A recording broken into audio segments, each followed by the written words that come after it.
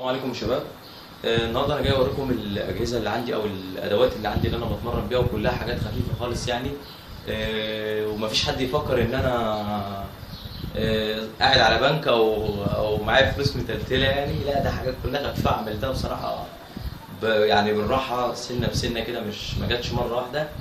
فعشان ما اكترش عليكم، اللي عنده اي حاجه منهم هيقول لي في كومنت عندي، اللي ما عندوش هيقول لي برضه ما عنديش، لان انا عايز اوفر للناس كلها تمارين، واتمنى ان الناس كلها يبقى عندهم حاجتين او ثلاثه من الحاجات اللي هوريها لكم ديت. يلا بينا عشان نروح نشوف الحاجات ديت. حاجه معانا النهارده هي العقله، ودي شيء اساسي لازم أن يكون عندك. اللي عنده بره او دمبل ومش عارف يتمرن بيهم ازاي، او مش عارف يعمل لنفسه تشكيل عشان يتمرن، برضه هيقول لي عشان اقدر اساعده. اللي عنده جهاز ستاند زي ده بتاع ضغط، بيتلعب عليه كل اشكال الضغط، وطبعا مهم جدا للناس اللي عندها ضعف في عضلة الصدر. لا، بيفتح معاهم عضلة الصدر باكبر قدر ممكن.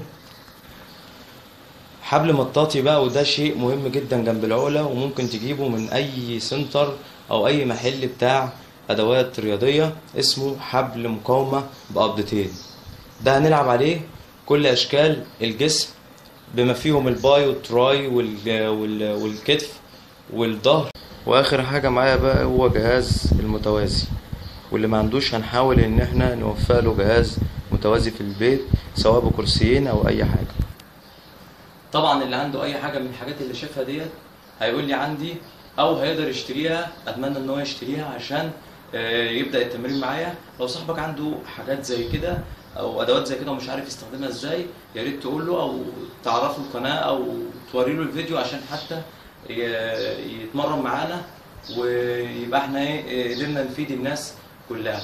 واتمنى ان الناس كلها تعمل سبسكرايب، تشترك في قناتي عشان توصلها كل الفيديوهات. هتلاقوا جرس صغير كده، دوسوا عليه عشان يجيلكم اشعار الفيديو اول ما ينزل. يا رب تكونوا استفدتوا من الفيديو دوت.